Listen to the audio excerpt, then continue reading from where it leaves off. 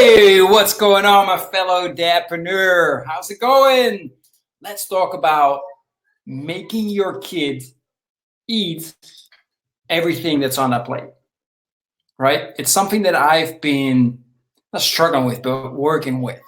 Because at first, before I actually started becoming a fearless father, it was always you eat everything that's on your plate. If not, there's no dessert. Simple. I think that's the rule that I got from my parents. Might not be true, can't really remember, but I am for sure 100% that from my grandparents, that rule definitely applied. You eat everything on your plate, then you can have a dessert, right? And then I started doing interviews with Become a Fearless Father. And one of the guys that I had on, Dan Williams, absolutely fantastic guy, 2 kids, 2 boys as well, just like me. And we were talking about it. And he's like, actually, it's kind of funny that we make our kids eat everything that's on the plate, meaning that they will never discover if they're full, because they always want a dessert. If they're full or not, they want to have that dessert, right? So, of course, I thought, wow, that's actually a great insight. That makes absolute sense. We want our kids to experience and listen to their body, not to their mind, right? My body says I'm full, right? However, with little kids, there's a problem right there, because they know how it works. So as soon as they think like, yeah, I better quit eating this, or I don't like this, so I'm just going to say I'm full so I can have a dessert, which I really like, right? So, sorry about that. So I'm still struggling a little bit by making sure that, I find a way where I can say, yes, okay, my kid's full, he's full, but, he still wants the dessert, okay. Or, my kid's had enough, and that's it. So today, for example, I said one of my kids wasn't allowed to eat any dessert at all because his stomach is hurting. Kind of similar topic, right? Wakes up in the morning, thinks he's going to have to eat fruit in the morning, says, oh, my stomach is hurting. And as soon as you say, okay, so then you drink this special tea with honey. He drank that. And then he's like, oh, I'm better. Now I can have a chocolate milk and some cookies. Yeah, that's happening.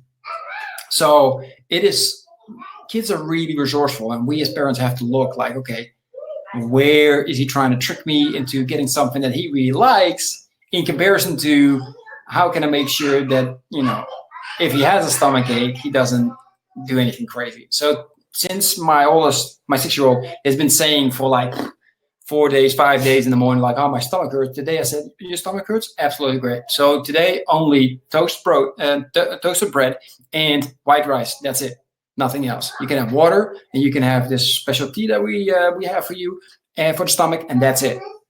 So of course they'll throw it out the whole day. I'm better. Dude, I don't care at the moment. You've been bad you've been having problems with your stomach for 4 days, so it's not happening. And then the same with the food. So if you recognize, like, okay, they are not eating everything on that plate, so we make smaller portions, right? Because you want them to learn, like, okay, I'm full, and that's it. And today, of course, my oldest one, he was only allowed to eat white rice. So he finished it, and then that was it. And my youngest one, he thought like, hey, he's finished, so now I'm done too. And he just didn't want to eat his vegetables and stuff like that. So he doesn't want to eat it, which is a problem because he has to, right? Got to eat healthy. So we ended up saying like, look, sorry, buddy, but, you're full. And he stopped eating, and then decided like, okay, if I can have a dessert, then I'm still full. So I'm not going to eat my plate. Which then means for me, like, okay, I achieved what I wanted to achieve, which is making sure that they listen to their body. And if I'm full, I don't want to eat anymore, I'm done, which is what we want them to do, right? We don't want them to tell them, hey, you have to continue eating because you have to finish your plate, right? Now, of course, there comes in another problem that I quickly want to discuss, and that is, as humans, we throw away so much food. And we're going to have in the future, near future, a problem in regards to our planet producing all the food to feed all animals and people. That's a big problem. So I actually understood that 1/3 of our food is being thrown away. So we try, if they don't want to eat it anymore, we'll separate it, we'll save it, and it goes for dinner. We mix it in with dinner, right? Anyway, I just quickly want to share that with you. And my question for you is, what is your strategy when it comes to your kids eating their breakfast, lunch, or dinner and not wanting to finish it for whatever reason?